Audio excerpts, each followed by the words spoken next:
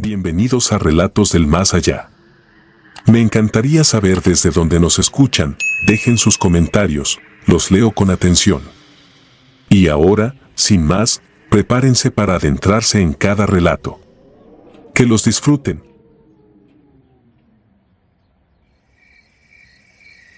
Nadie contesta.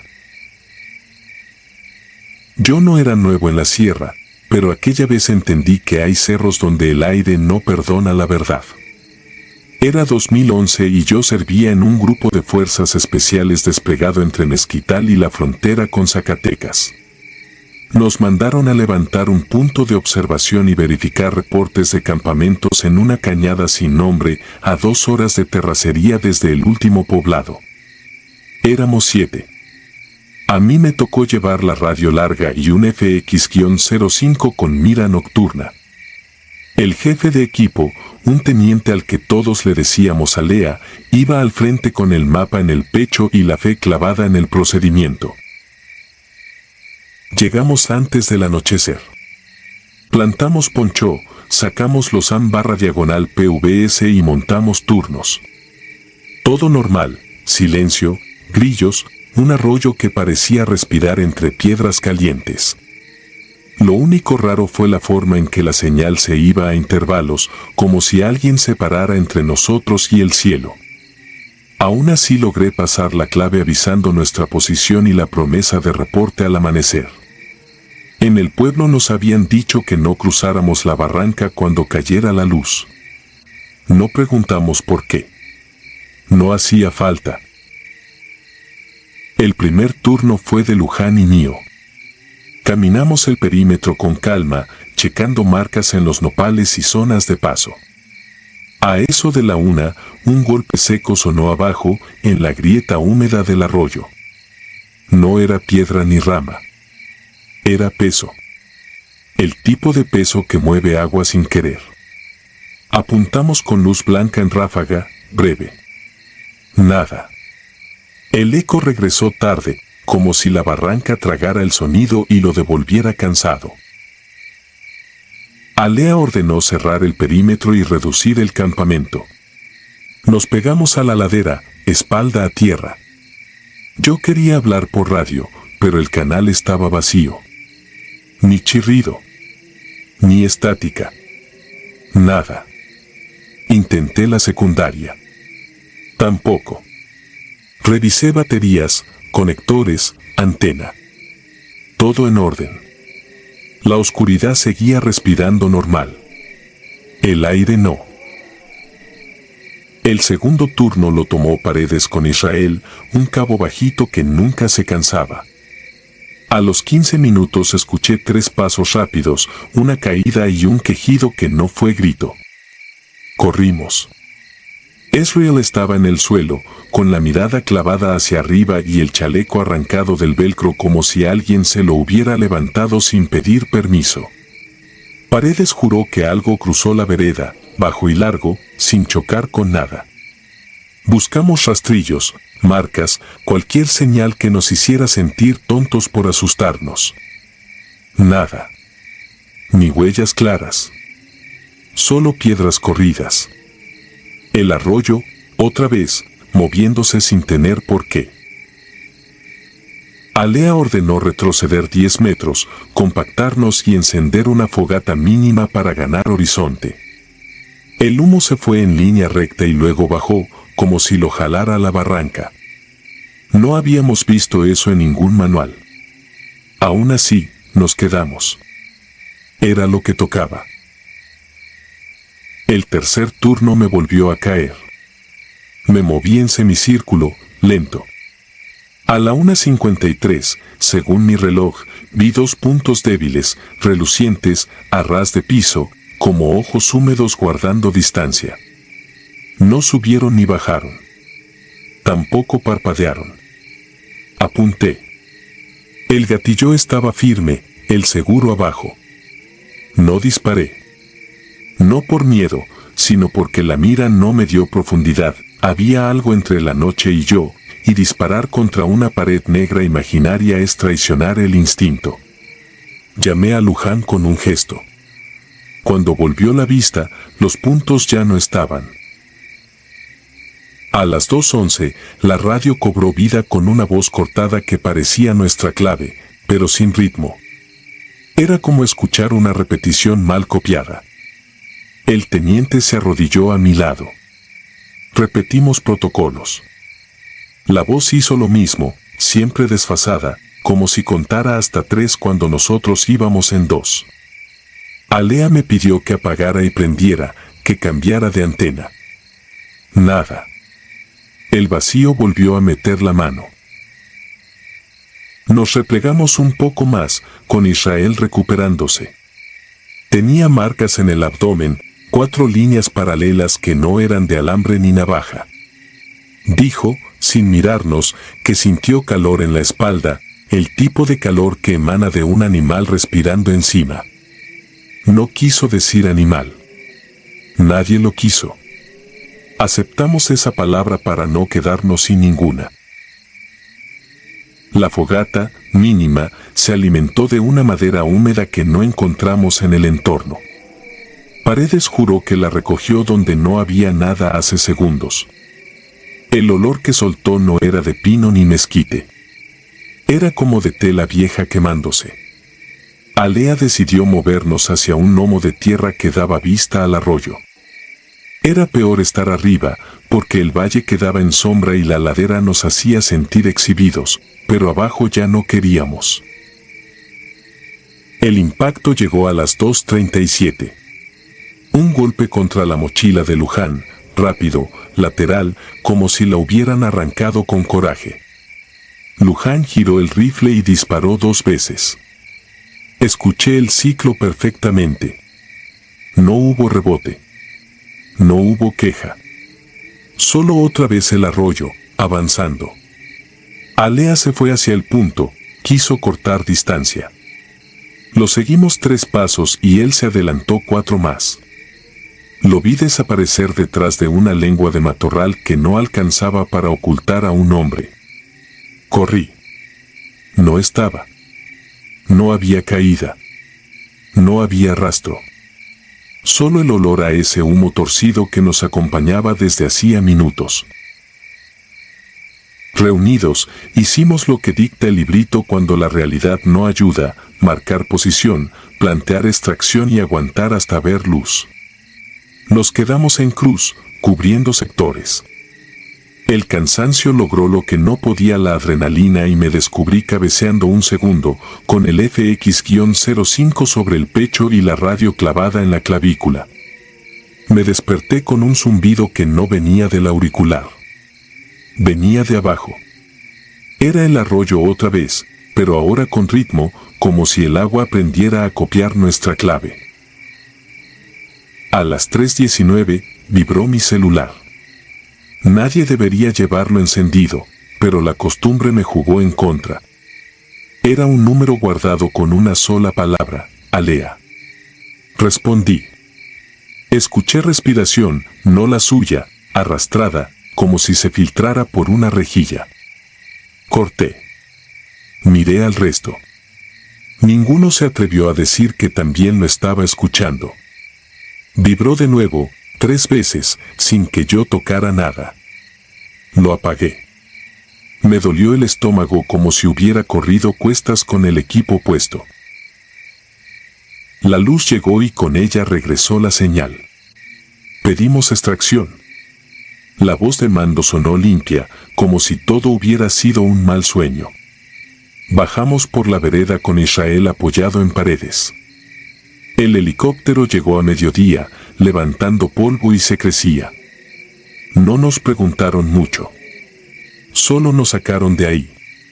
2 días después hallaron a Alea, o lo que dejaron de él, en una ladera a 3 kilómetros, sin señales claras de arrastre. La bitácora oficial habló de caída y fauna.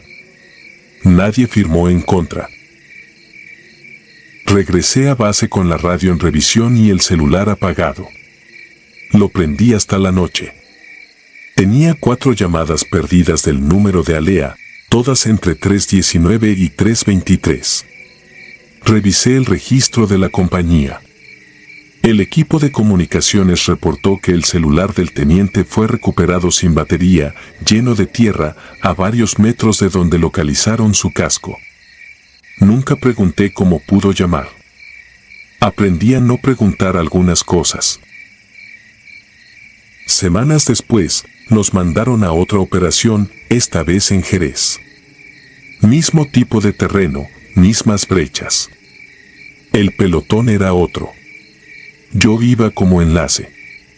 En el camino, un viejo nos vendió refrescos tibios y nos dijo, sin drama, que no durmiéramos cerca del agua porque no era agua de noche. Todos rieron para aliviar. Yo no.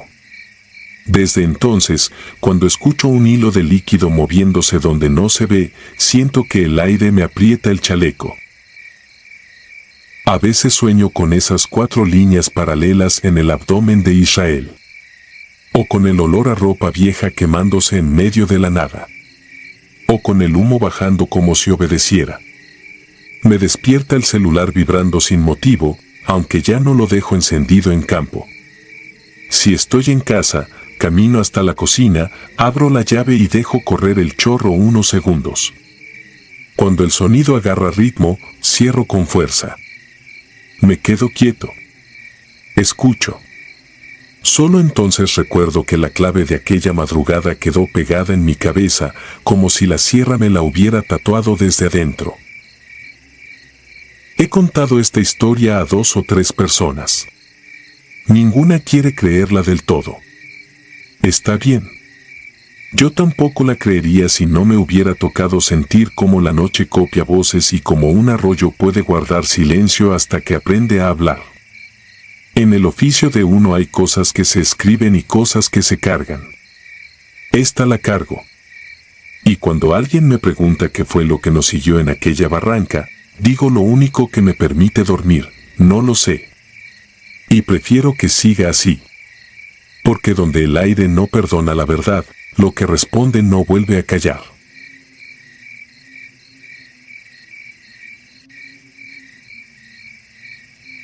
Disparo al tecolote. Me llamo Iván, cabo de un grupo GAFE. En 2019 nos tocó rotación en la sierra entre Coyuca y Heliodoro Castillo. Cada 3 o 4 meses bajábamos al pueblo a descansar 2 semanas, las únicas en las que recordaba cómo olía la tierra mojada sin pólvora de por medio. Yo iba directo a casa de mi mujer, una vivienda de bloc con techo de lámina, y ahí intentaba dormir como un cristiano. Casi nunca se podía. La primera noche de ese descanso volvió el canto. Empezó lejos, como un silbido perdido entre los mezquites, y fue acercándose hasta ponerse frente a nuestra ventana. Era un tecolote grande, de pecho manchado, inmóvil sobre la rama de un ciruelo. Cantó sin parar. La voz subía y bajaba, pareciera que marcara turno, como si alguien lo relevaba cada 10 minutos. Mi mujer tapó la rendija con una cobija, pero el canto se metía por todas partes. Fue igual que en regresos anteriores, con una sola diferencia. Esa noche yo venía con la cabeza llena de cosas que no debía traer a mi casa.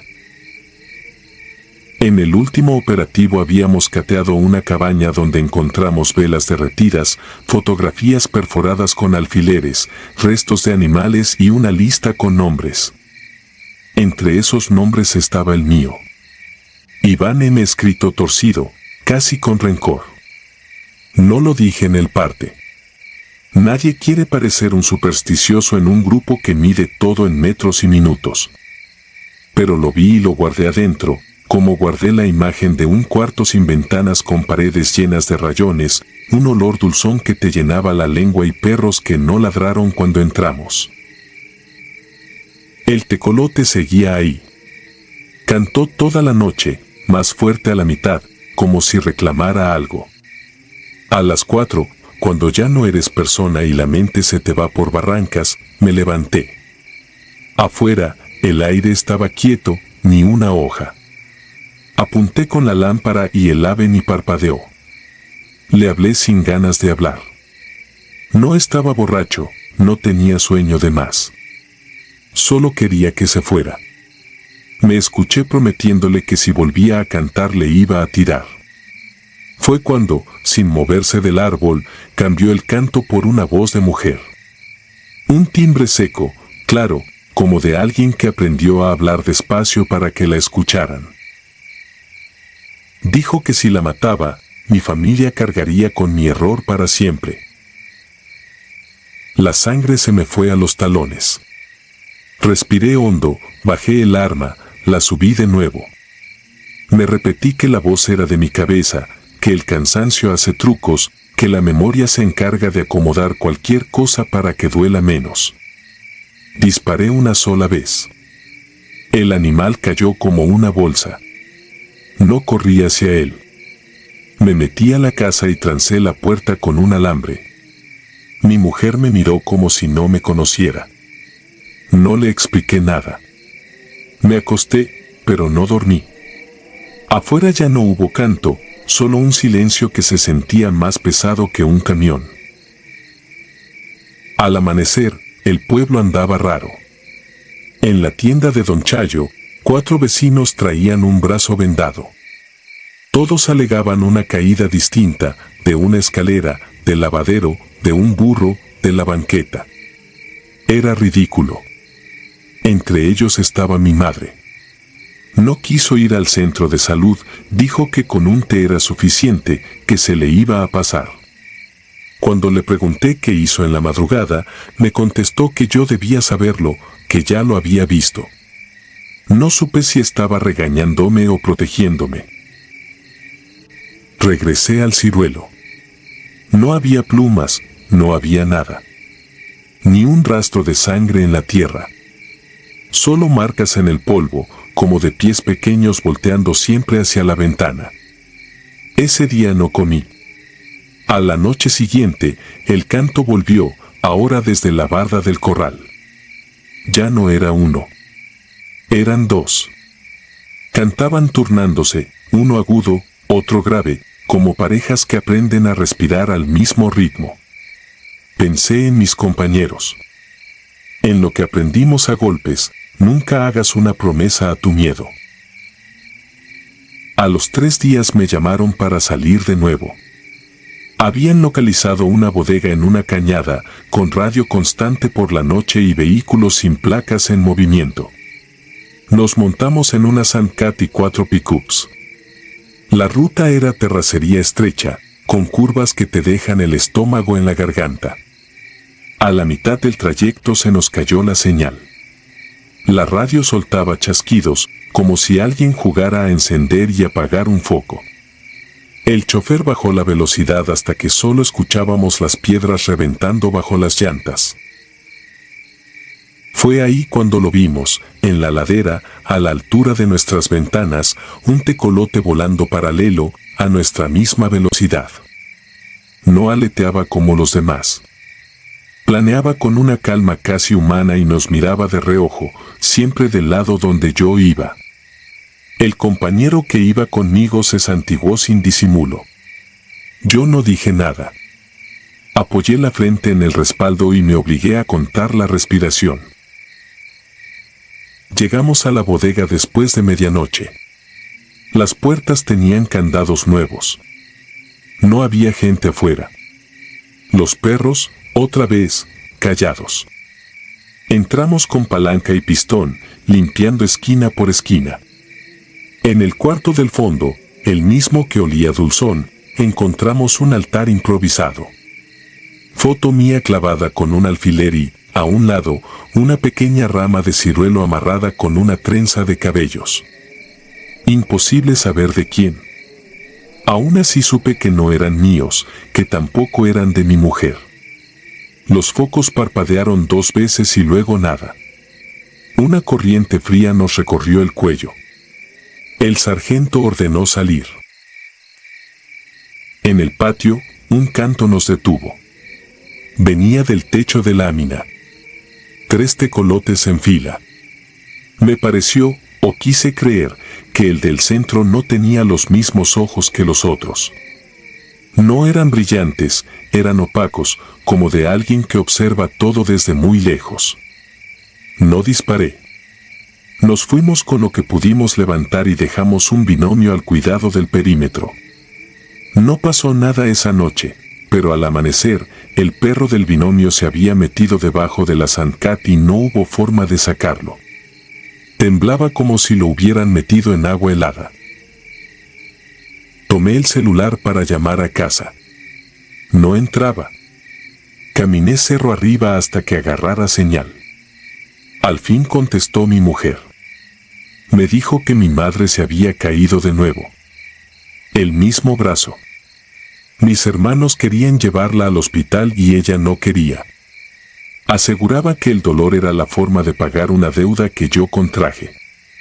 No tuve que preguntar cuál. Esa noche pedí relevo para volver al pueblo. El sargento me miró feo, pero me lo dio. Le dije que tenía motivos familiares. En el camino de regreso, el motor se nos ahogó en una bajada y la Sandcat se apagó. Silencio, otra vez ese silencio que se pega a los dientes. El chofer abrió el cofre, yo me quedé arriba, sosteniendo la lámpara con la guardia levantada. Ahí llegó. Un tecolote se posó en el espejo lateral. Volteó la cabeza y me miró directo. Pensé en todas las cosas que aprendimos. El tiro es el último recurso, la mente se cuida más que el fusil, nunca lleves la guerra a tu casa. No disparé. Le hablé con la voz más baja que he tenido. Le dije que había entendido. Que no iba a volver a levantar arma contra él ni contra lo que lo habitaba. Que no pedía perdón, solo tregua. El ave no cantó. Me sostuvo la mirada un tiempo que no sé medir y se fue hacia el barranco sin aletear. Llegué a casa al amanecer. Mi madre dormía con el brazo entablillado y la cara tranquila por primera vez en días. En el ciruelo había plumas, pocas, como confeti de un baile viejo. Esa tarde hablé con mi mujer y con mis hermanos. Les dije que me saldría del servicio. No fue un arranque. Fue una decisión de vida. Mi grupo me llamaría cobarde. Tal vez. Pero yo sabía que esa guerra ya no era la que se pelea con cascos y chalecos. Era otra que se libra con silencio, puertas cerradas y la vigilancia de un árbol. Entregué mis cosas al mes. Firmé papeles con la mano temblorosa. Al último, saqué del bolsillo la trenza que recogí en la bodega. La enterré bajo el ciruelo. No hice ceremonia. Solo cubrí con tierra y piedras y me quedé ahí hasta que oscureció. Desde entonces, cuando regreso del campo al anochecer, escucho cantos en la barranca, más lejos. A veces, una sola nota se acerca y se queda plantada frente a la ventana, como recordatorio. No le tiro. No lo reto. Solo espero a que se vaya. Y se va. Pienso en los turnos, en las guardias, en cómo el monte tiene sus propias listas y nadie sabe en qué momento apareces en una. Sé que ese canto no pide permiso ni perdona. Solo anuncia. Yo ya hice lo único que podía hacer, no volver a elegir el disparo que le abre la puerta a la mala suerte. En la sierra hay sonidos que aprendimos a obedecer antes que las órdenes de radio. Este es uno. Y por eso, cuando lo escucho, apago la luz, aparto el arma y dejo que pase la noche sin decir una palabra. Porque entendí que hay cosas que no se enfrentan, solo se aceptan. Y que al amanecer, si no abriste la puerta correcta, todavía tienes familia para abrazar.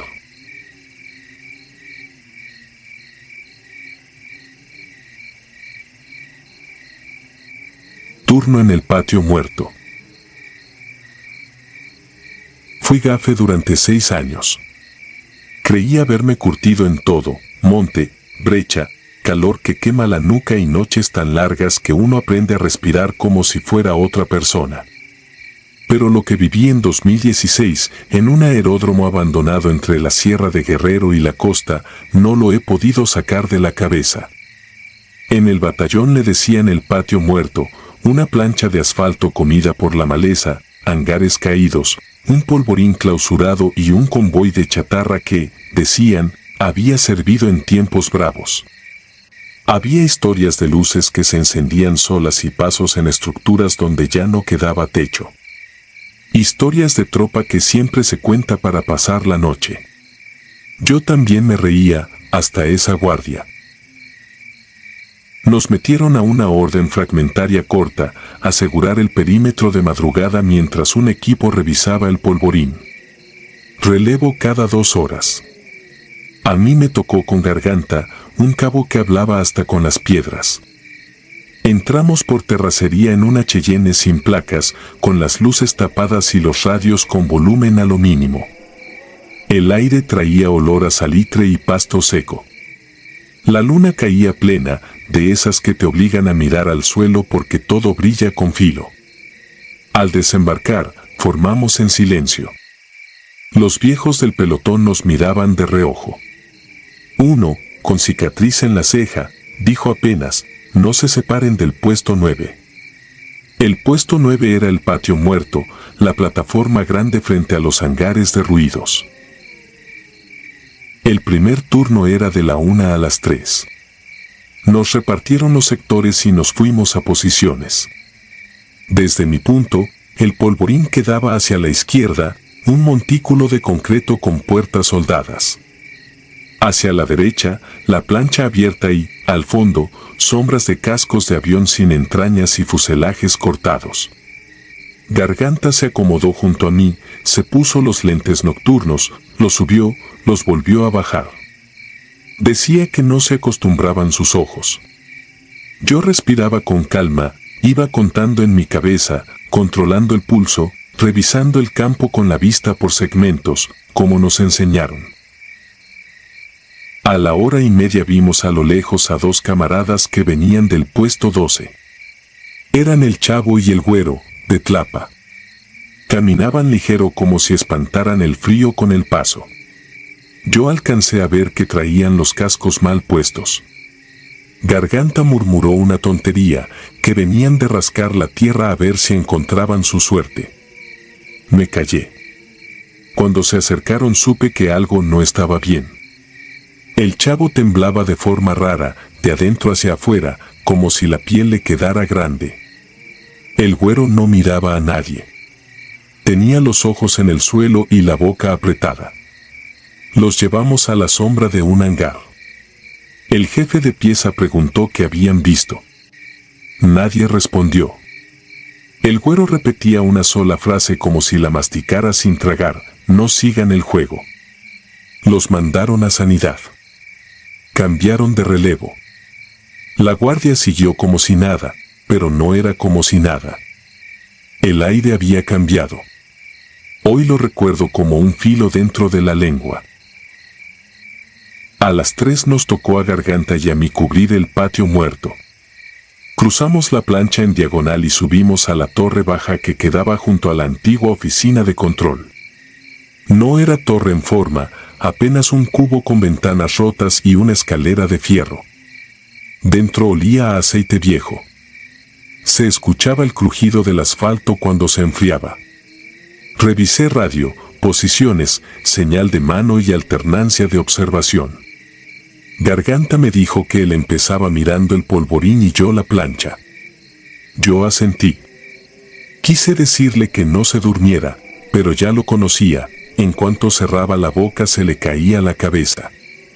A los 10 minutos roncaba suave, con el fusil abrazado.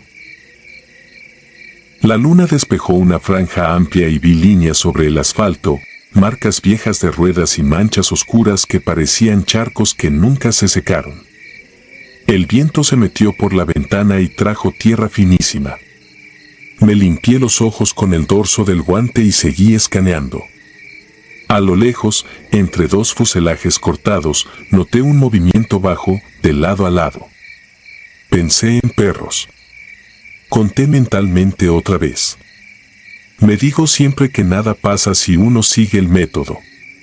Cambié de ángulo, busqué contraste, ajusté el enfoque de los lentes. Entonces los vi. Era un grupo de 5 figuras pequeñas, no niños, más bien cuerpos encogidos por el tiempo. Calvos, con la piel arrugada en pliegues que relampagueaban con la luz de la luna. Ropa desgarrada colgándoles en tiras. Se movían deprisa, casi en puntas, conectando sombras como si fueran suyas. Se detuvieron al borde de la plancha y parecieron olfatear el aire. Uno alzó la cara hacia mí y sentí que me clavaban una aguja en el estómago. No parpadeé. Hice el gesto de alerta con la mano, aunque garganta dormía. Tragué saliva. Fue cuando apareció algo detrás de ellos. Entre los cascos vacíos, brotó una presencia más alta, compacta, sin rasgos definidos. Caminaba con una mecánica extraña, como si las piernas fueran anguladas hacia afuera. Lo primero que pensé fue en una cabra parada sobre 2 pies. El lomo se curvó y la cosa giró la cabeza hacia la torre. A pesar de no verle ojos, supe que nos estaba mirando. Alzó un brazo y los pequeños corrieron hacia el polvorín como si hubieran recibido una orden. Yo no podía moverme. Solo alcancé a apretar el fusil hasta sentir dolor en las manos. Me obligué a respirar. Conté 8. Rompí el hielo del cuerpo con un paso atrás y pateé a garganta.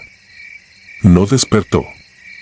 Lo pateé otra vez con más fuerza. Se incorporó de golpe, desorientado, y soltó un «¿qué pasa?», que me rebotó en el cráneo. Le dije lo que había visto, con la voz baja, los dientes apretados. Él se quedó inmóvil unos segundos. Me dijo que había soñado algo igual, 5 figuras pequeñas y una sombra con patas mal hechas que las guiaba como si fueran suyas. No hizo bromas. Ni siquiera me miró. Se colocó los lentes, aferró el fusil, y nos quedamos hombro con hombro mirando la plancha. No llegó ningún vehículo. Nadie por radio. Las estrellas parecían más cerca que nunca. El polvorín estaba mudo, sin brillos. Cuando el reloj marcó las 4, a la distancia oímos un chillido como metal doblándose, no fuerte, pero agudo, de esos que te raspan la nuca. Venía del hangar de la derecha. Apuntamos los dos y fijamos el campo. Algo se movió adentro entre láminas caídas. Hice seña de flanquear. Bajamos con cuidado, cada paso hundiéndose en piedrilla suelta. Nos asomamos por una rendija. Dentro no había nadie. Solo una mesa oxidada y mallas colgando. Íbamos a retirarnos cuando vimos marcas en el polvo del piso, líneas trazadas con dedos secos, curvas que se cruzaban como rutas sobre un mapa. El viento las borra siempre, pero esas se mantenían. Retrocedimos sin dar la espalda. De pronto sentí que alguien nos observaba desde arriba. Volteé a la torre. En la ventana se asomaba una de las figuras pequeñas, trepada sin ruido, con la cara pegada al marco. No tenía cejas ni pestañas, solo piel arrugada brillando. Parpadeé por instinto y cuando volví a mirar ya no estaba. Apreté el PTT del radio. Pedí estado. El sargento respondió con fastidio que mantuviéramos. Nadie quería escuchar más. Así aguantar 1 hora se hace eterno. Pero pasó. A las 5 llegó el relevo. No dijimos nada. En el pabellón, con el café repartido en vasos plásticos, corrió el rumor de que en la noche anterior 2 habían llegado llorando. Un cabito soltó la risa fácil y dijo que a él no le asustaba ni la oscuridad. Nadie le respondió. El güero estaba sentado en una banca, mirando sus botas. De vez en cuando abría la boca como para hablar y se quedaba así, con la garganta atorada. Cuando por fin dijo algo, casi nadie lo escuchó. Yo sí. Murmuró lo mismo, no sigan el juego. Dormí un rato y desperté con el cuerpo pesado. Volvimos a formar. Nos mandaron otra vez. La orden era la misma. Yo pedí cambiar de sector. No me hicieron caso. Garganta caminó a mi lado sin hablar. Subimos a la torre antes de que dieran las 3. Todo estaba en su sitio, salvo una cosa: alguien, o algo, había dibujado en la pared, con carbón o aceite quemado, las mismas líneas del polvo del hangar, pero esta vez unidas por marcas en forma de pequeñas manos. No parecían de niño. Eran más angostas y alargadas, con la palma arrugada. No quise tocar nada. Tomé aire, conté de nuevo, me planté mirando al patio muerto. No sé cuánto tiempo pasó cuando sentí el primer golpe en la base de la torre. No fue fuerte. Fue parecido a una piedra pequeña que rebota. Después otro. Y otro. Nos asomamos y no había nadie. Los golpes siguieron, marcando un ritmo, cortos y regulares, como si midieran nuestro pulso. Garganta tragó saliva. Yo apreté el fusil tan fuerte que luego me costó abrir la mano. Los golpes pararon un instante y se escuchó un raspón largo por la escalera de fierro. Algo subía, pegado a los costados, sin usar los peldaños. No voy a decir que bajamos a enfrentarlo. No habría servido. Miré a Garganta. Tenía los ojos abiertos pero no veía. Lo tomé del chaleco y lo arrastré hacia la salida opuesta. Brincamos al asfalto y corrimos hasta quedar en la sombra del polvorín, con el corazón reventando en el pecho. Nadie nos persiguió. Nadie nos habló. Solo vimos, desde ahí, como una figura oscura se asomaba por la ventana de la torre, inclinaba la cabeza a un lado y levantaba un brazo como despidiéndose. Nos quedamos hasta el relevo. No contamos nada. El sargento nos dio otra tarea y el patio muerto cayó en manos de otros. Nadie reportó novedad.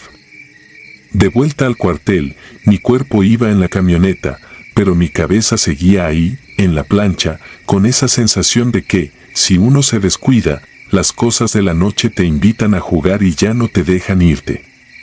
Hice muchas guardias después de esa. En otros montes, con otros hombres. Nunca vi otra cosa igual. Pero cada vez que me toca caminar por una plancha abandonada, aunque sea de día, repaso mentalmente el método, fijo la respiración y me repito la única lección que aprendí en ese aeródromo: nunca sigas el juego. Nunca. Porque no es un juego. Y si lo es, no es nuestro.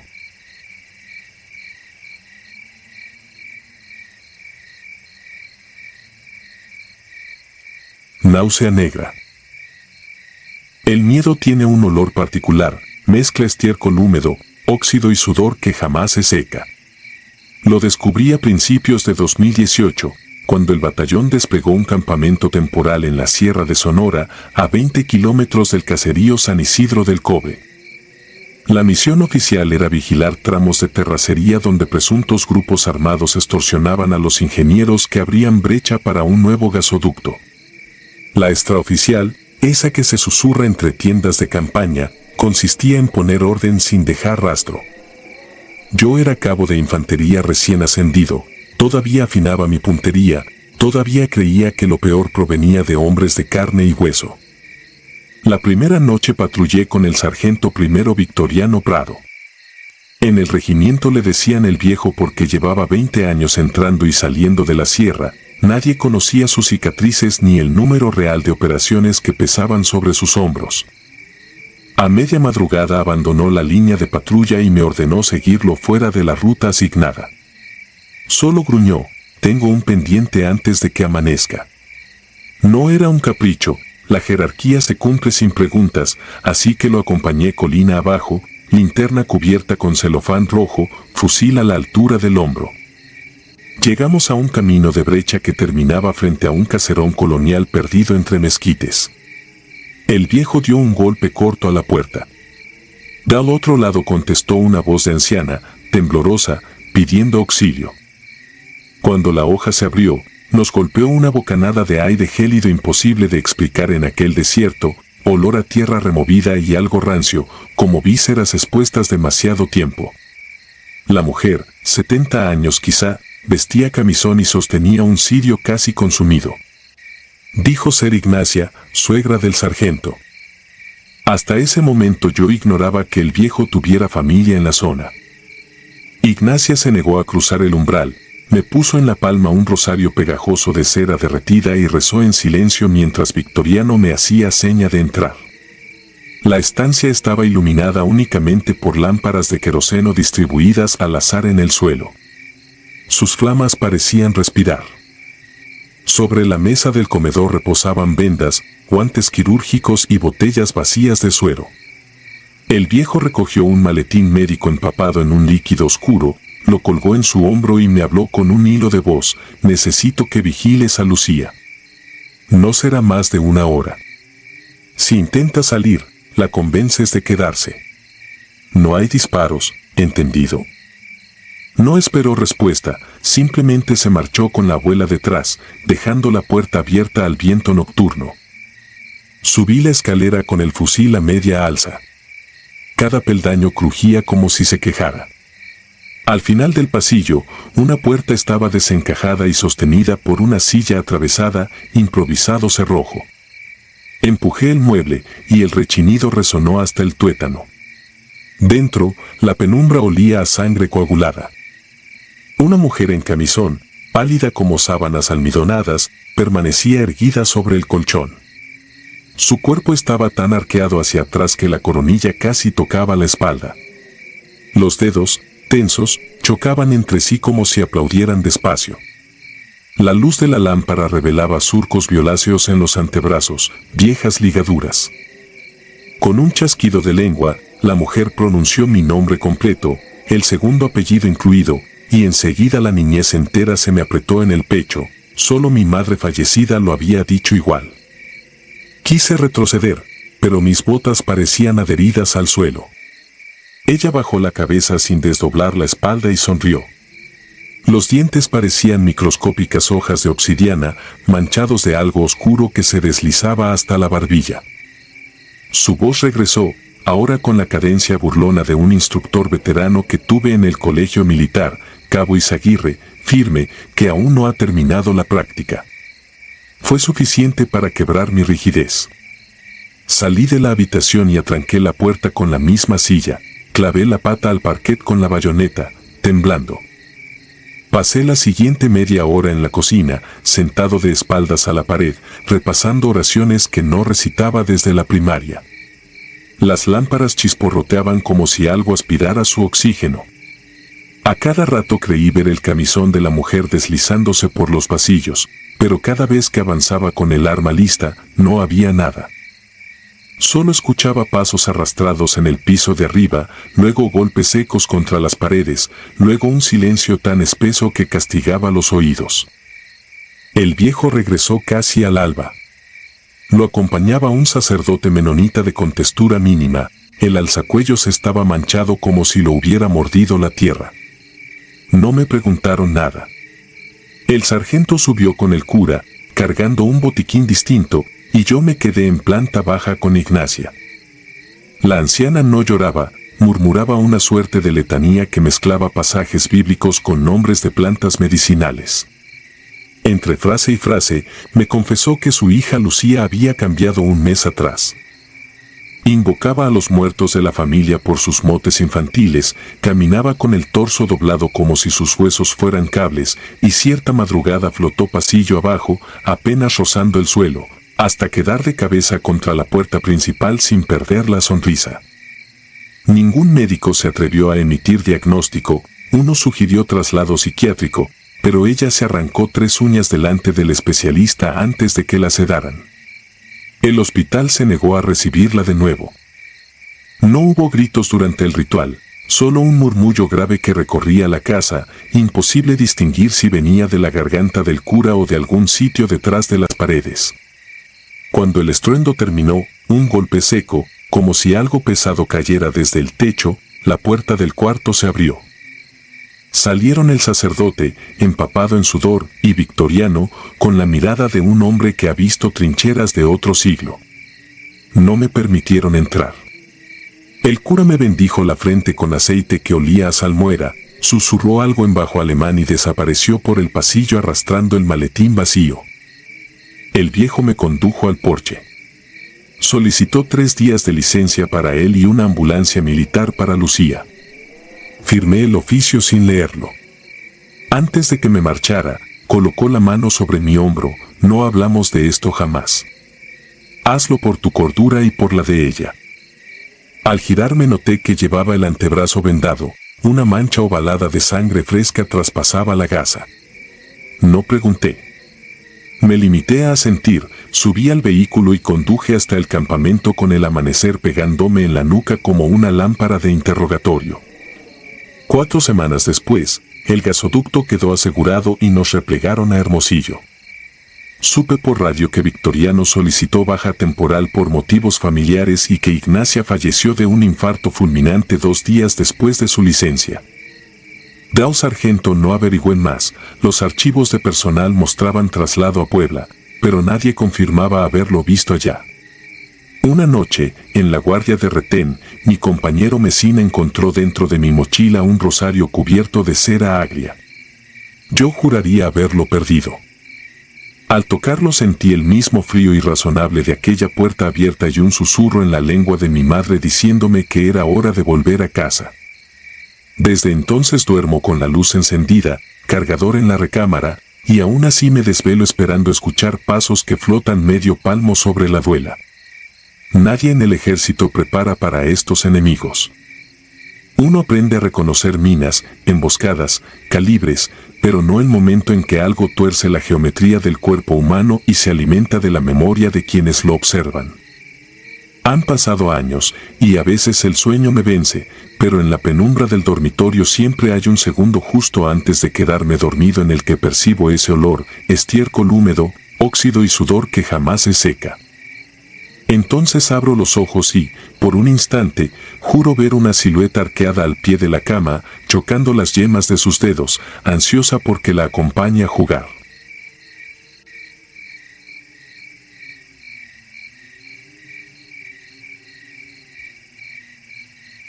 La brecha.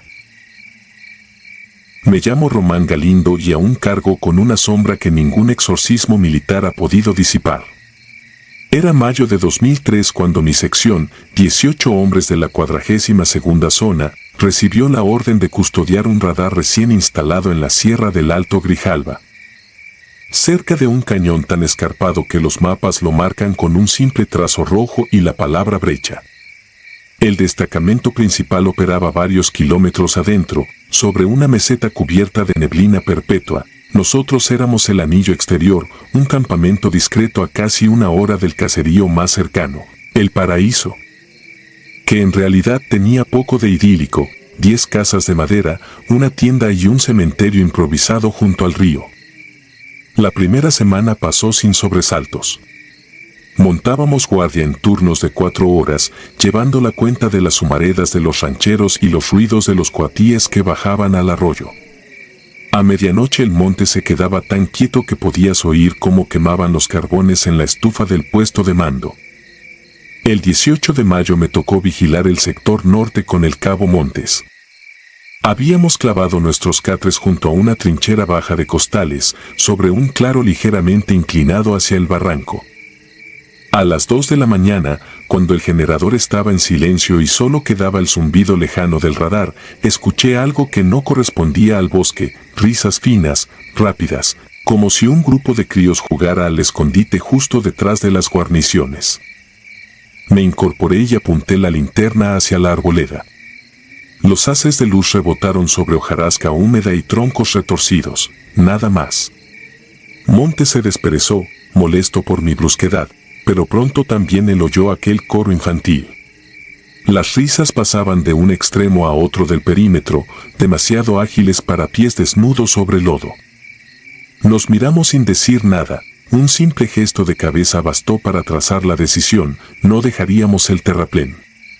El reglamento lo especifica con frialdad, no te alejes, no investigues, reporta, pero la curiosidad punza más que la orden y di 2 pasos cuesta abajo antes de sentir la mano dura de Montes aferrando mi hombrera. No saques la pieza del tablero, masculló, frase que en nuestro argot significa que el peligro quiere que te adelantes. El reflejo de sus pupilas me hizo tragar saliva. Volví a mi puesto, fingiendo disciplina. Amaneció sin más señales, salvo unas huellas menudas, semicirculares, impresas entre los helechos. No eran pisadas humanas ni de animal conocido, parecían la mitad posterior de una pezuña y, sin embargo, terminaban en 3 surcos finísimos. Las marcamos con estacas y pasamos el dato al capitán Lara cuando regresó del destacamento interior. Su única reacción fue ordenar que nadie rompiera el cerco y que, a partir de esa noche, montáramos guardia de A3. El 21 de mayo llegó una ventisca prematura, niebla tupida que borraba los contornos a pocos metros. Esa madrugada compartí turno con Salas y un soldado recién transferido, Medina, muchacho de Veracruz con mirada de perro fiel.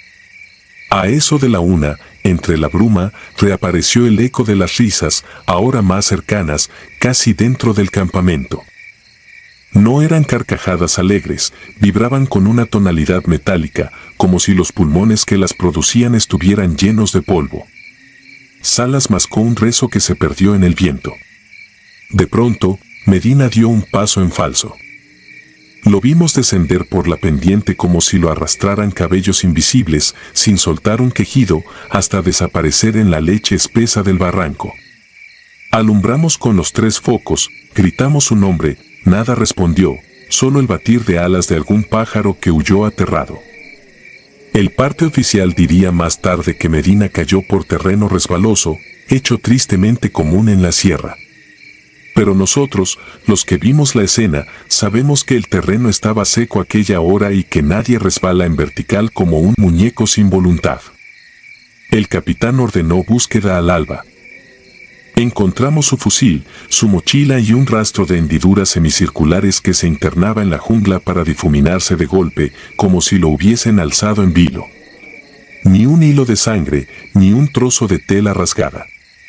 Solo un silencio cruel que parecía esperar nuestra próxima decisión. Ese día cavamos una fosa simbólica y pusimos la cantimplora de Medina a modo de cruz. Cada hombre dejó algo del bolsillo, una semilla, un mechón, una medalla, porque en la sierra los muertos sin nombre se quedan pegados a los vivos. Al atardecer, la niebla regresó más densa y la temperatura bajó hasta calar los huesos. Ordené duplicar la ronda, mas el miedo bloquea los sentidos igual que el sueño. Pasadas las 3, sentí un tirón en la lona de mi tienda. Abrí los ojos y vi cómo la tela se abultaba por dentro, como si dedos diminutos acariciaran el nylon desde fuera. Contuve la respiración. Los dedos recorrían los costados, buscando la cremallera, murmurando risitas apenas audibles. Recordé la admonición de Montes y apreté mi rifle sin moverme. Los dedos cesaron, luego una presión insistente se plantó justo sobre mi pecho, separada por apenas 1 milímetro de lona. Era una mano infantil, la palma entera marcada contra mi corazón. Su calor atravesaba la tela. Quise gritar pero solo salió un gorgoteo seco. Cerré los párpados. Las risas se alejaron y el contacto desapareció. Al amanecer salí temblando. El campamento olía a ozono, a tierra removida. Cada tienda presentaba la misma huella abierta, 5 dedos pequeños marcados en la lona, como si un jardín de niños hubiese revisado nuestro equipo durante la noche. Nadie habló. El capitán, pálido, se encerró en el galpón de comunicaciones para exigir evacuación inmediata. La orden tardó 2 días en llegar, tiempo eterno. Montamos parapetos de luz con bengalas, focos y todo químico lumínico disponible.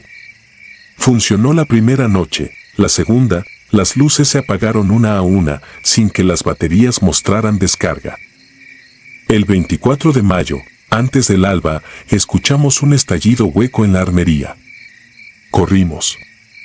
El cabo Montes yacía en el suelo, su casco asentado a un costado, los ojos muy abiertos. No había sangre ni señal de combate, solo la expresión de alguien sorprendido por algo inimaginable. Sobre su pecho, la misma huella de mano desaparecía lentamente, como si la piel la absorbiera. Esa marca fue la confirmación que necesitaban en el alto mando. La extracción se volvió prioridad y a las 3 horas sobrevolaban Black Hawks, levantando tierra, hierba y un hedor dulzón que subía del río.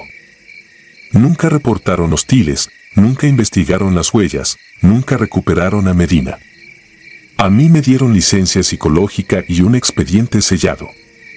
Han pasado más de 20 años y cada noche, a las 12 en punto, oigo aquellas risas danzando en las paredes. No he vuelto a Chiapas, pero sé que eso que se esconde en la brecha todavía vigila los claros donde dejamos a los nuestros. Sé, también, que no eran niños. Los niños no dejan huellas de pezuña ni conocen el camino exacto a tu pecho. Por eso escribo esto, para que alguien, algún día, sepa que existe un punto en el mapa donde la inocencia es un disfraz y la selva juega con los soldados como piezas fatigadas de un tablero que nunca muestra el final. Si alguna vez escuchas risas a medianoche entre los helechos, no mires, no avances, y sobre todo, no olvides que hay presencias que no buscan matarte, solo quieren que te alejes, dejes tu guardia, y les entregues tu sueño para siempre.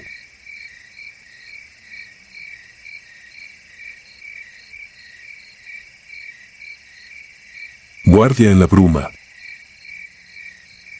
Soy infante de marina. Lo que voy a contar ocurrió en 2018, en la costa norte de Oaxaca, durante un despliegue de seguridad en temporada de lluvias.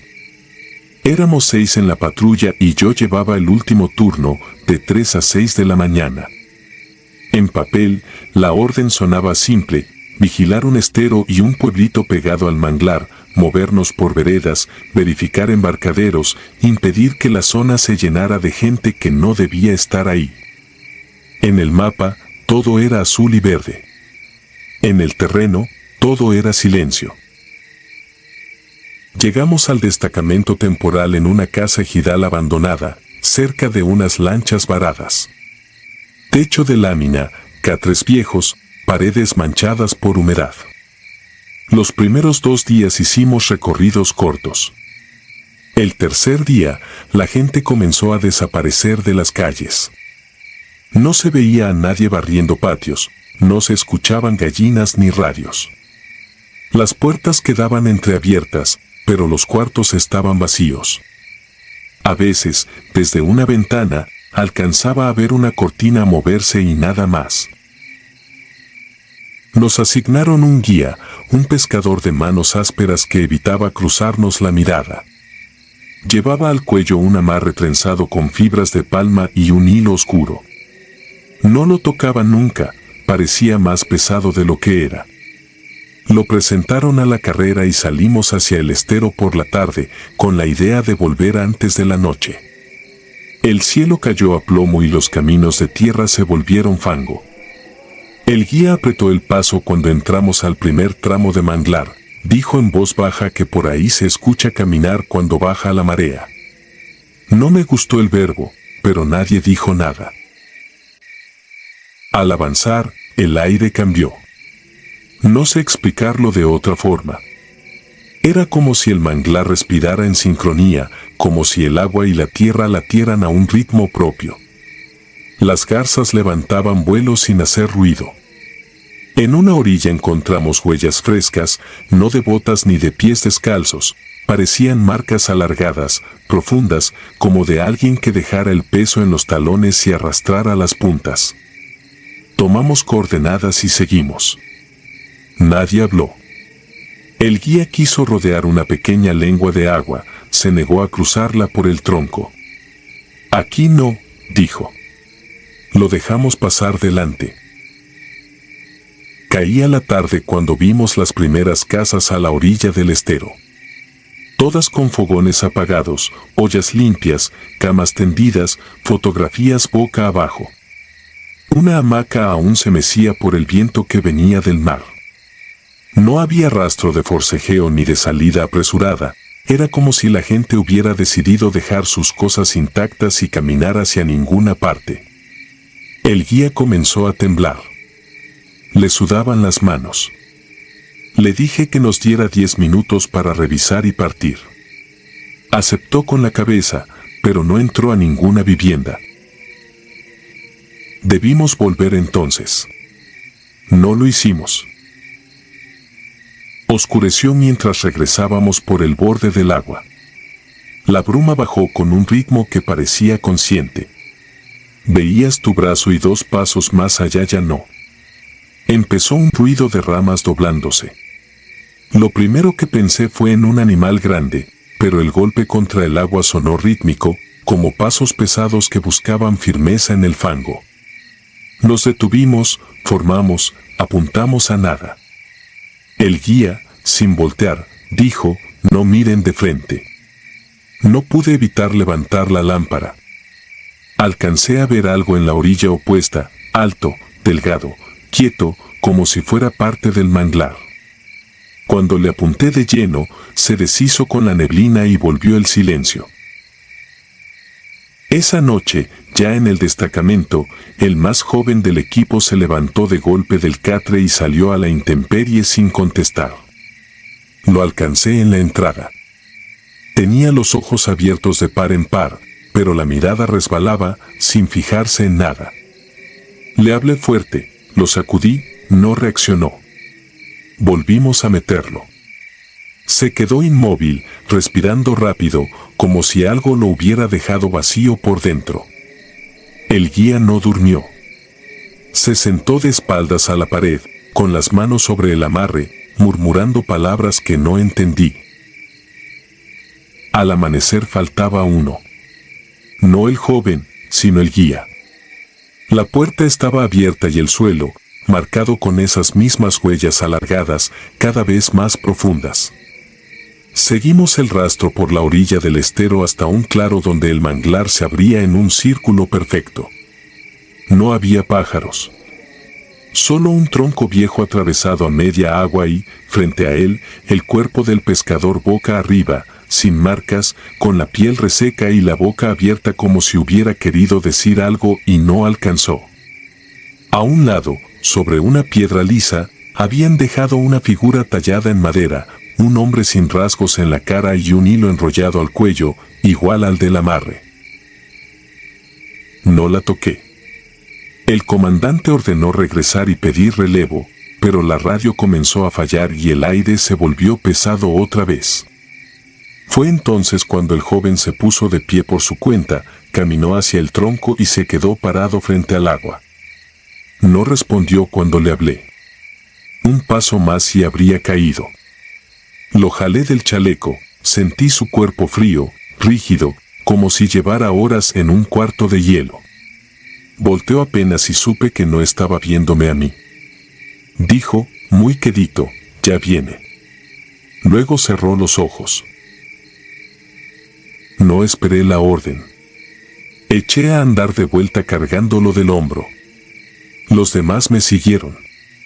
La bruma comenzó a jugar con las distancias, a ratos el destacamento parecía a 10 metros, a ratos a kilómetros. En el borde del camino se repetían las marcas. Cada tanto, a nuestra izquierda, sonaba el mismo ritmo de pasos sobre agua y lodo, siempre paralelo a nosotros, sin acercarse del todo. No disparé. Sentía que si disparábamos algo iba a romperse de forma irremediable. Llegamos con los primeros tonos de luz. El joven quedó tendido en el catre, respirando a tirones. Yo me quedé de guardia hasta las 6. No pasó nada, pero la sensación de presencia no se movió un segundo. Cuando por fin amaneció, entró una claridad pálida que no calentaba. El comandante ordenó evacuar al muchacho en la camioneta rumbo a la carretera. Solo avanzamos 50 metros. La niebla, densa como pared, cerró el camino. El motor se ahogó. Bajamos. El aire olía a sal y lluvia. Entonces lo vimos. Estaba parado en medio del camino de terracería, a no más de 20 pasos. Alto, de proporciones largas, empapado, como si hubiera salido del agua. Era un contorno hecho con la misma materia de la bruma. No tenía cara, donde deberían estar los ojos había vacío, una ausencia que dolía mirar. Se movía con lentitud, pero cada paso sonaba igual, un plantón firme, otro, como si probara el suelo. No nos miraba, pero era imposible no sentir que lo hacía. El joven se incorporó sin ayuda y caminó hacia él. Lo detuve. Se sacudió de mis manos sin violencia y dijo una sola palabra que no quiero volver a escribir. El contorno avanzó 2 pasos más y se deshizo como si alguien lo hubiera borrado con la mano. La niebla se abrió, dejó pasar luz y escuché otra vez el mundo, insectos, pájaros, mar adentro. El motor encendió. Subimos. Cuando miré hacia atrás, el amarre del guía colgaba de la antena del destacamento, como si alguien lo hubiera dejado allí para que lo viéramos. Nos fuimos ese mismo día. Entregamos el parte, guía localizado sin vida, población ausente, ruidos en el manglar, fallas de radio. Nadie preguntó mucho. Trasladaron al joven a la base en la capital del estado. Yo limpié mi fusil sin mirar a nadie. Por la noche, al cerrar los ojos, vi de nuevo el círculo perfecto del claro y el tronco atravesado a media agua. A veces me despierto empapado recordando los pasos. No sueño con balaceras ni persecuciones, sueño con un camino de lodo y un ritmo que no falla, un plantón, otro, siempre a mi izquierda, sin prisa. Cambié de zona, cambié de turno, cambié de compañeros. No sirve. Hay noches en que la habitación se llena de ese mismo aire espeso del estero y cualquier sombra contra la pared parece moverse con la cadencia de quien viene desde muy lejos buscando el lugar exacto donde pararse. Nunca volví a esa costa. Nadie del equipo quiere hablar del tema. En el cuaderno donde anoto lo importante escribí una sola línea: no mirar de frente. Juré no tocar objetos que no entienda y no volver a seguir huellas que se hundan más de lo que debería un pie humano. A veces, en servicio, me quedo detenido con el oído atento.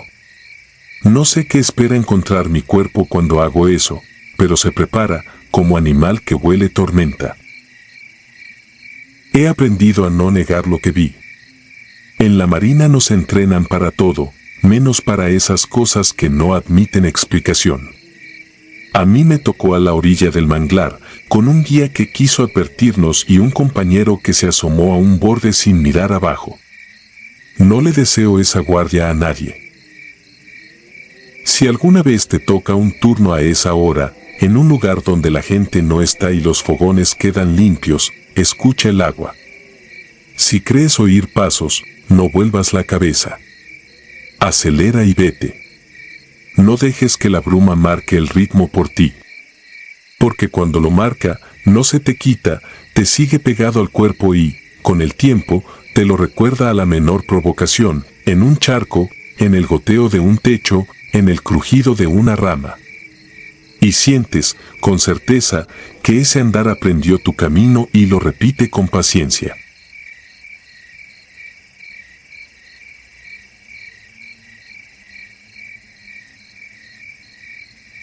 Los sin mirada.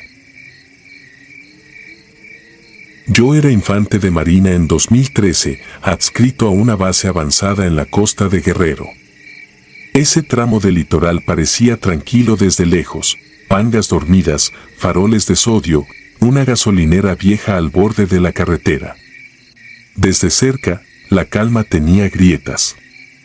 Se hablaba de un hotel barato que cambiaba de dueño cada temporada y que servía tanto para pescadores cansados como para gente armada que llegaba sin maletas. Las mujeres del mercado evitaban mirarlo. Decían que en los baños se veían niños donde no había nadie, que en los espejos la cara te regresaba incompleta. Oficialmente eran chismes. Para nosotros era una orden, reconocimiento, obtención de información y, si se confirmaba actividad criminal, asegurar el sitio. Entramos en 2 células. La mía, de 4 hombres, se registró como personal técnico de electricidad que iba a revisar medidores. La otra quedó en retaguardia, en una casa de lámina, monitoreando por radio. Yo tomé la habitación 3, planta baja, al fondo de un pasillo con mosaicos gastados y olor a sal. La recepcionista tenía las manos húmedas y los ojos fijos en el mostrador, como si leer números fuera un modo de no vernos. La noche caía sin prisa pero con peso. Desde el muelle llegaba la vibración grave de un generador y, a veces, el ladrido seco de un perro que se callaba de golpe. Mi cuarto tenía una cama hundida, una ventana con cortina azul y un espejo ovalado sobre un lavamanos cuarteado. Lo cubrí con una toalla por protocolo. Cualquier superficie reflectante nos podía delatar si alguien hacía señales. Dejé el fusil al alcance, revisé cargadores, probé la radio. Al rato me llegó el primer reporte. En la azotea, mi binomio detectó gente entrando por la puerta trasera del hotel con bolsas negras. No se quedaron. Cruzaron el patio y salieron por un pasillo que daba a una bodega sin letrero. Quedó asentado. A medianoche empezaron las fallas en las comunicaciones. Interferencia corta, como si una mano jugara con el volumen. Fui al baño para mojarme la cara. Quité la toalla del espejo y por un segundo no me reconocí. No era que viera otra persona, era yo, pero con las cuencas apagadas, como si algo hubiera tomado la luz de mis ojos y la guardara detrás del vidrio. Parpadeé y la imagen volvió a la normalidad. Pensé en cansancio. Tragué saliva. Tapé el espejo otra vez. La orden nos pidió mantenernos hasta el amanecer para seguir patrones de movimiento. A la 1:20 sentí pasos suaves en el pasillo, sin ritmo de adulto. No eran de dueño ni de huésped apurado. Eran pequeños, como de quien aprende a caminar y no quiere hacer ruido. Abrí apenas la puerta. Vi sombra de alguien cruzando hacia la escalera de servicio. No escuché voz, ni juego, ni llanto. Cerré y avisé por radio. La otra célula reportó lo mismo desde afuera, figuras pequeñas pegadas a las ventanas y luego nada. A las 2 fue el turno de los baños. Había 3 al final del pasillo, junto al cuarto de limpieza. Uno estaba cerrado con cadena. El candado era nuevo. Me acerqué al que sí abría. Dentro olía a cloro y humedad antigua. Los focos vibraban. El espejo grande tenía salpicaduras que no eran agua. Pasé el dorso de la mano, la mancha no se quitó. A la altura de un niño, arañazos finos cruzaban el azogue, como si alguien hubiera intentado escribir y se hubiera cansado. Tomé la libreta para apuntar y, sin querer, vi a la altura de mi cintura una figura en el reflejo, parada detrás de mí. Me giré. No había nadie. Al volver la vista al espejo, la figura seguía ahí, solo que sin mirar. Sin mirada. 2 huecos densos en el lugar donde debería reflejarse un brillo. Bajé la vista del cristal al piso para no perder control, respiré, conté y salí. Cerré con el hombro. No corrí. Caminé. En el patio central encontré a mi binomio.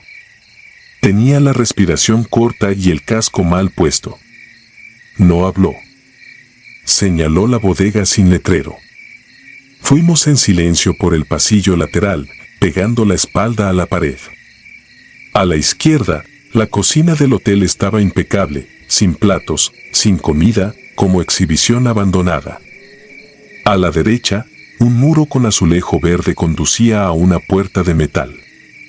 Lugar de servicio, supuestamente. La palanca se dio con un quejido.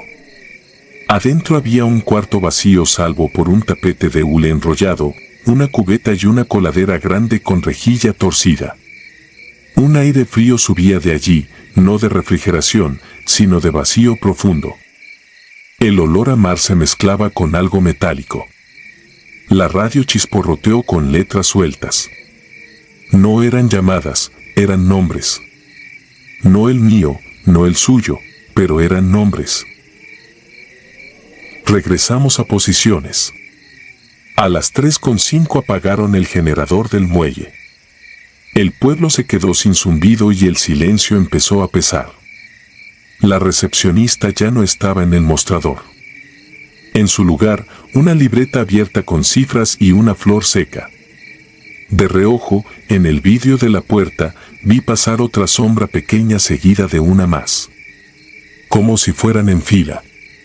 Como si supieran el camino. Mi mandíbula empezó a temblar sola. No era miedo a gente armada, a esos uno los mide. Esto no tenía medida. Decidí hacer un recorrido corto por las habitaciones vacías. La una tenía 2 camastros y un espejo roto. En la 2, el colchón estaba de pie, recargado en la pared, y la ventana mal sellada dejaba entrar la brisa del mar. La 4 olía a perfume barato reciente.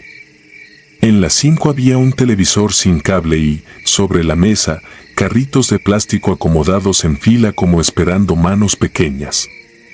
Cuando toqué el último carrito, la radio llamó mi apellido. Claro, directo, con voz infantil. No era mi compañero. No era Control. Era algo que conocía mi nombre porque lo había escuchado repetirse en la frecuencia y lo devolvía como un juego mal aprendido. Bajé al patio con la boca seca.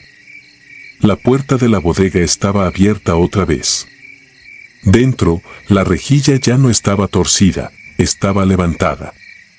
Al fondo subía aire frío y un goteo constante. Alumbré con la linterna y vi peldaños de cemento que bajaban hacia un túnel angosto. Llamé a mi binomio. Entramos en secuencia, primero yo, luego él, atentos a los lados.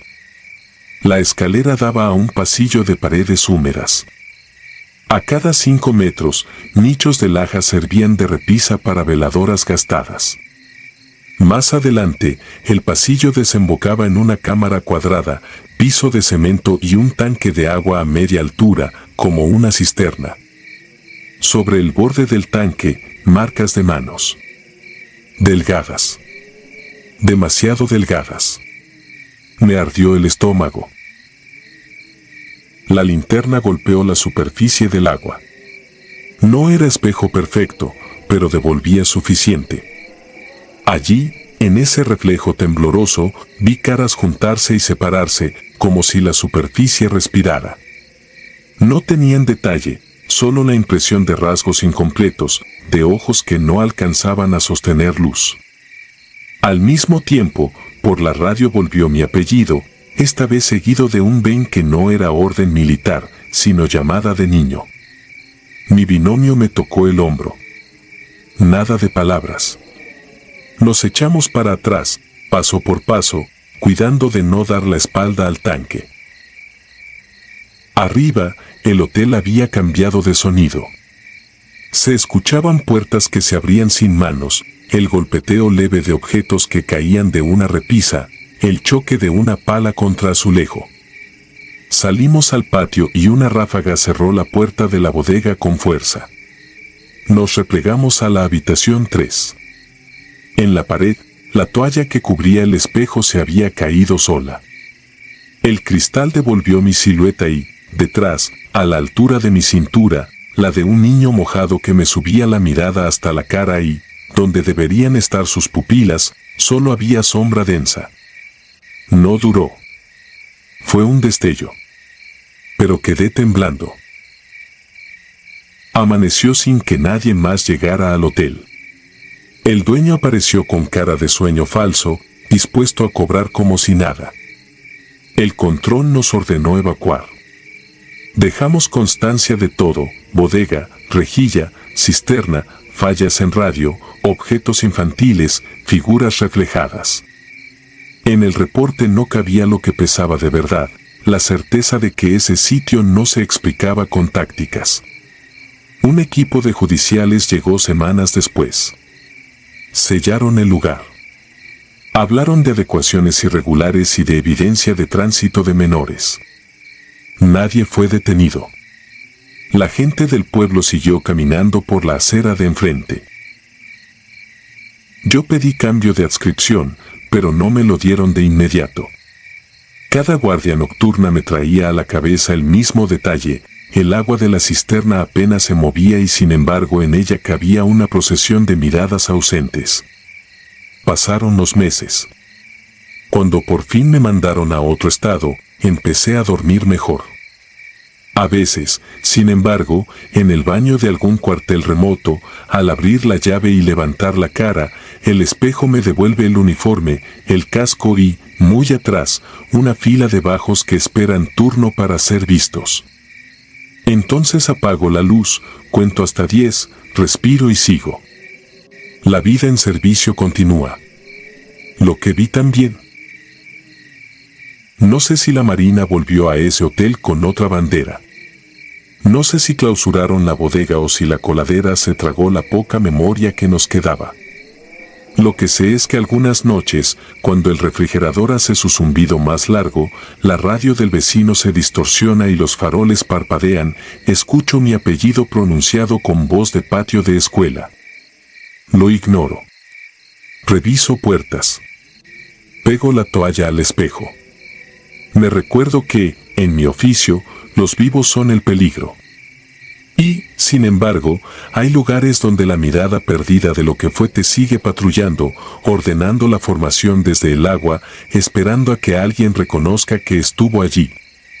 Y que nunca se fue.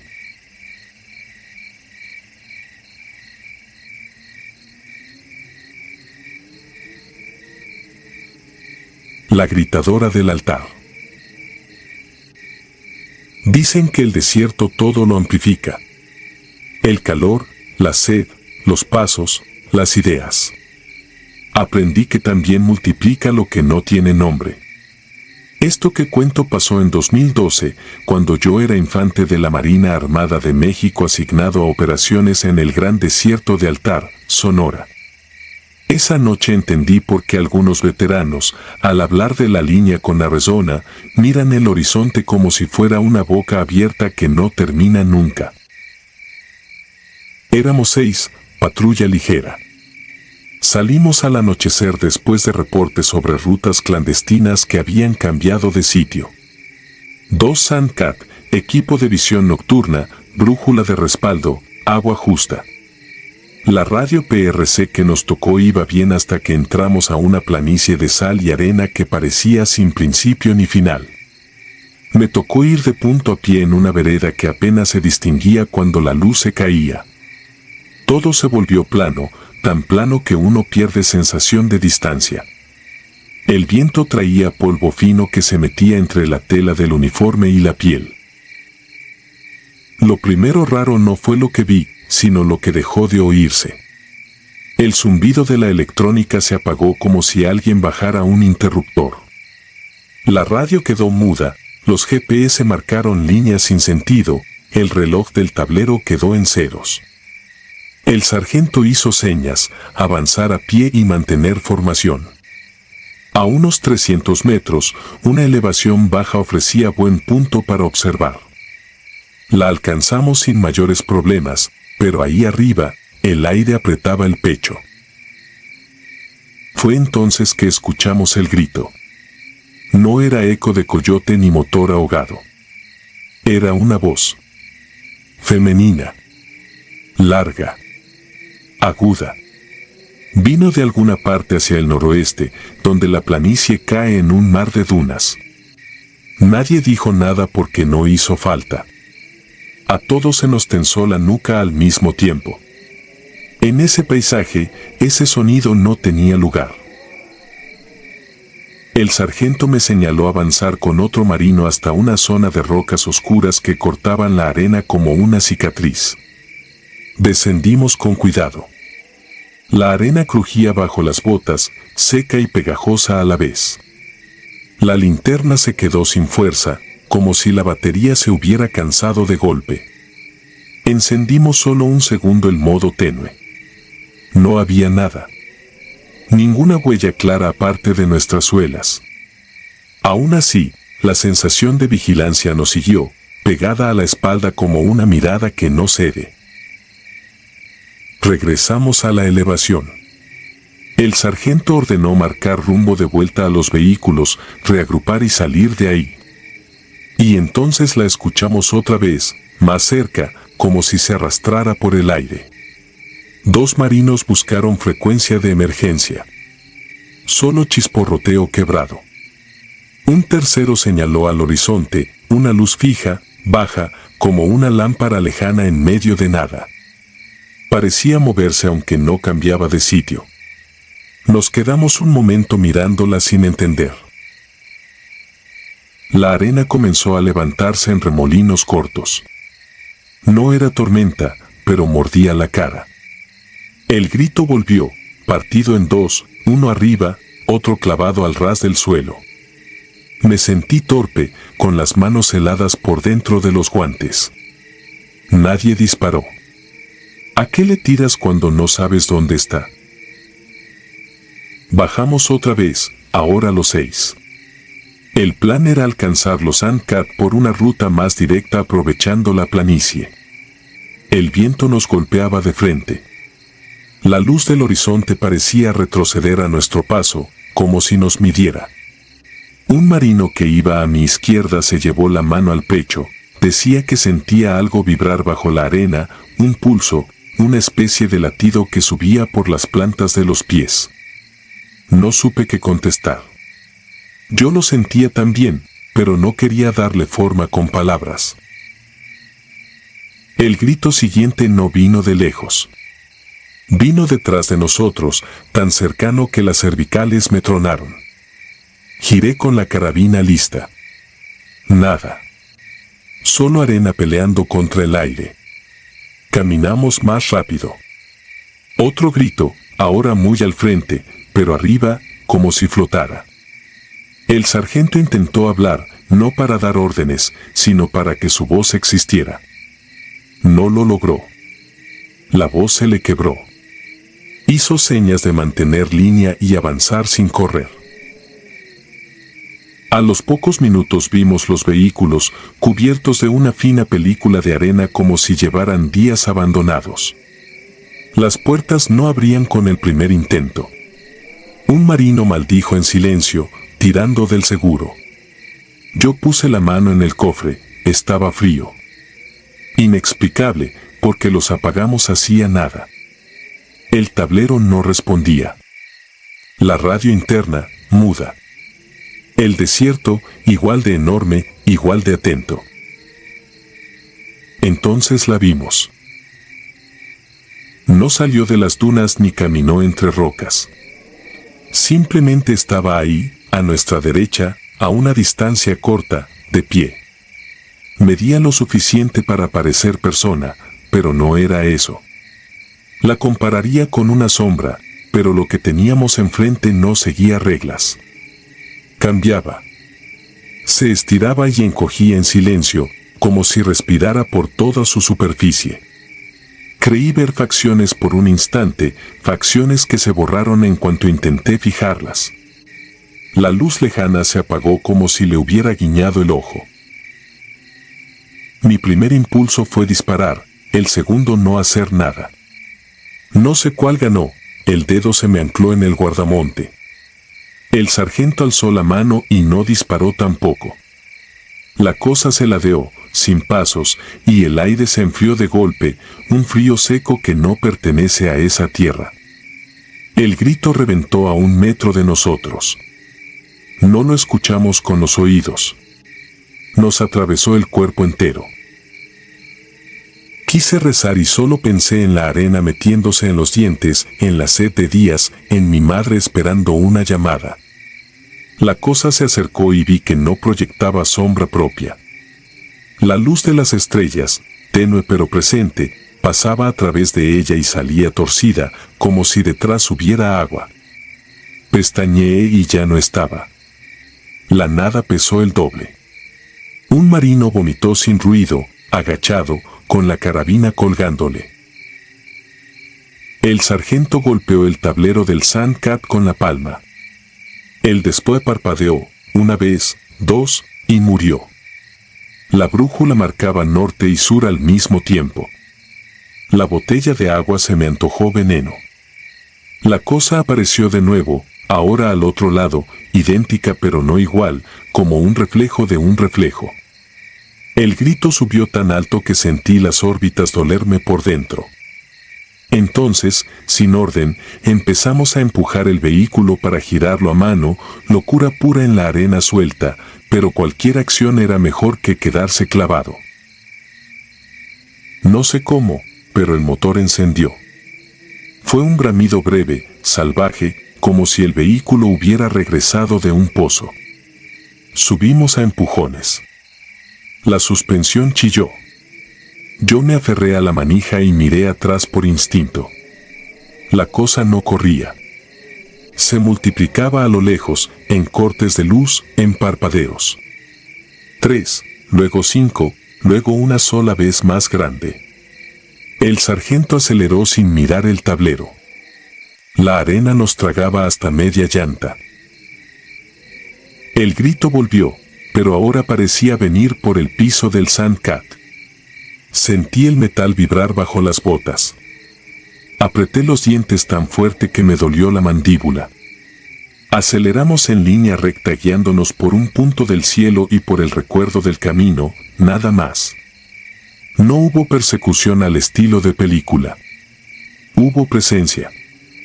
Presencia que se pegaba a los cristales y se iba cuando la mirabas de frente, presencia que volvía a tu lado opuesto, como si probara dónde te quebrabas. No sé cuánto tiempo duró. En el desierto, los minutos se rompen. A la distancia, las luces del campamento explotaron de golpe, más blancas que nunca.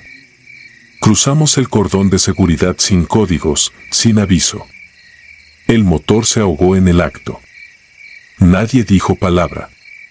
Bajamos con las manos dormidas, las uñas llenas de arena y sangre seca de encías reventadas por la presión.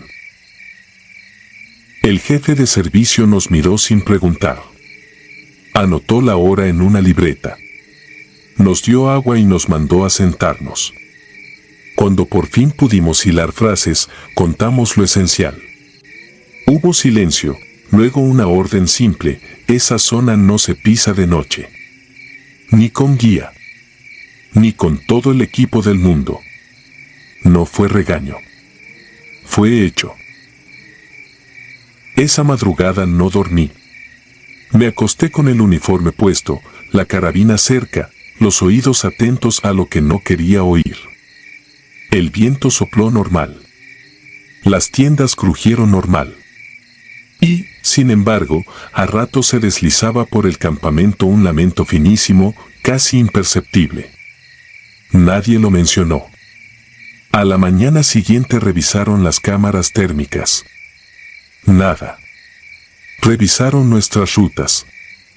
Todas mal registradas. Parecía que hubiéramos dibujado círculos sobre arena lisa. Volvimos a salir muchas veces después. Cambiaron rutas y horarios. Nunca más cruzamos esa planicie de noche. En días limpios, desde una duna alta, se alcanza a ver una mancha pálida donde según el mapa no hay nada. Ahí, dicen algunos, luce una lámpara que no ilumina el suelo. Ahí, dicen otros, grita alguien que no pide ayuda ni amenaza. Solo existe, como existe el sol. Yo sigo en servicio. Me he puesto delante de armas y de hombres que no pierden el pulso. Puedo jurar que nada me puso más pequeño que esa voz sin cuerpo y ese frío seco. Si un día les toca patrullar cerca del altar y las brújulas empiezan a marcar dos direcciones, regresen. Si ven una luz que nunca se acerca, no la sigan. Y si de pronto sienten que el metal vibra como garganta, no intenten entender. Pisen el acelerador, miren al frente, respiren por la nariz y no volteen. Porque en ese lugar, lo que te llama por tu nombre no quiere hablar contigo. quiere quedarse contigo. Y el desierto, que todo lo amplifica, no aprende a olvidar.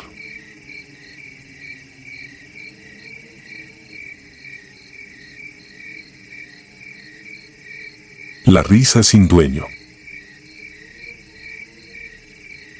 Fui infante de marina 10 años. En 2016 nos mandaron a la sierra entre Petatlán y Tecpan, Guerrero.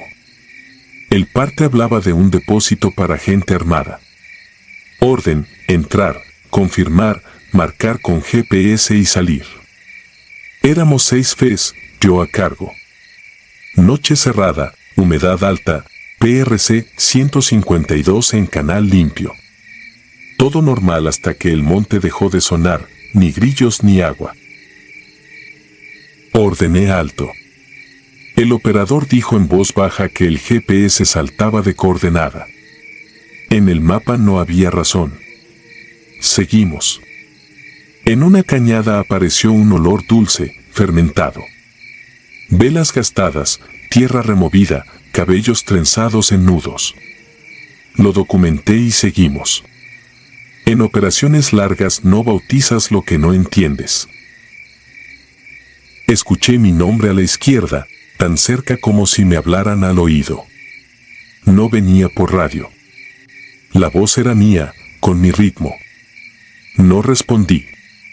La risa llegó después, leve, adelantándose por el sendero, también con mi timbre. Cambié a señas. Empezaron a repetirse frases conocidas, órdenes que había dado, bromas del cuartel, hasta la manera en que pido permiso para salir de base. Nada por el auricular. Todo desde el monte. Gómez señaló un reflejo a lo lejos. Avanzamos en cuña. Hallamos lonas, latas y un fogón viejo. Nada vivo. Fue allí donde perdimos a Bernal. Un segundo a mi derecha, al siguiente ya no. Ningún rastro de pelea. En la tierra solo la huella reciente de una rodilla. Quien conoce monte sabe leer, aquello no estaba bien. Subimos a un lomo para buscar señal. Del Río dijo ver a Bernal en la quebrada, parado, observándonos. Miré y vi una silueta que lo imitaba, pero con el fusil colgado al revés, como si no conociera su peso. Cuando levanté la palma pidiendo alto, la figura copió el gesto con un desfasamiento mínimo, como quien aprende de memoria un movimiento. Decidí no provocarla y seguí. Bajamos a un cauce seco. Oí mi apellido desde el fondo, de nuevo con mi timbre. Por un momento sentí la tentación de contestar. Me impuse silencio. Intenté encender el emisor ir para marcar extracción. Los 3 que cargábamos fallaron a la vez. Lo anoté. A las 2:30, con ventana a punto de cerrarse, ordené cancelar reconocimiento y volver por la ruta de entrada. Entonces cayó Ramírez. No tropezó ni fue fuego enemigo. Simplemente se desplomó, blanco como papel. El pulso iba acelerado y frío.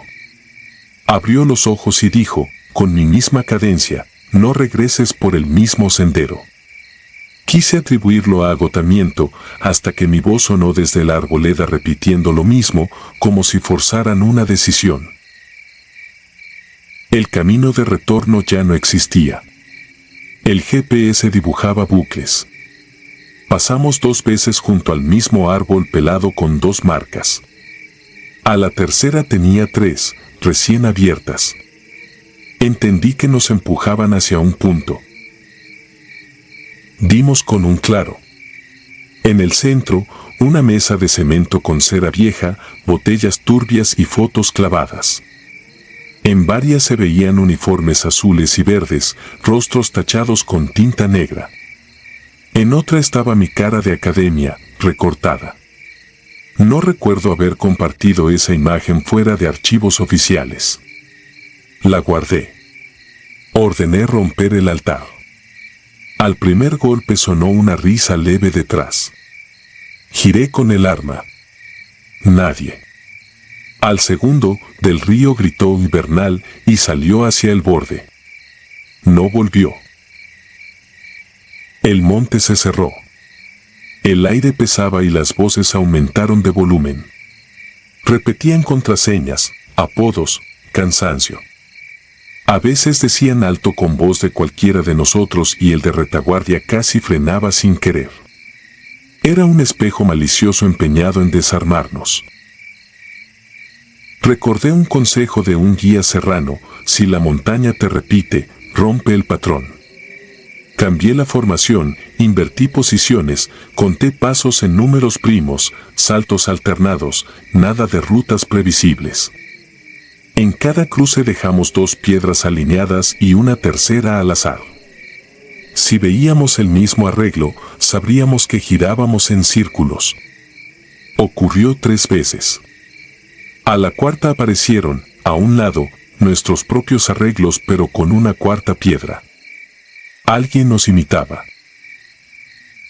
Nos movimos hacia un sonido real: agua.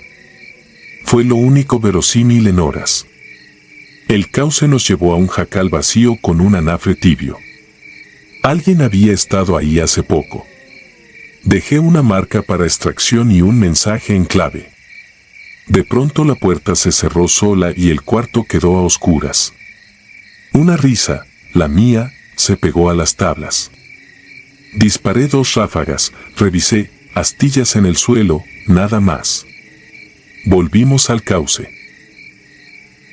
La madrugada nos recibió con la primera claridad. Salimos a una terracería. Una patrulla estatal nos recogió.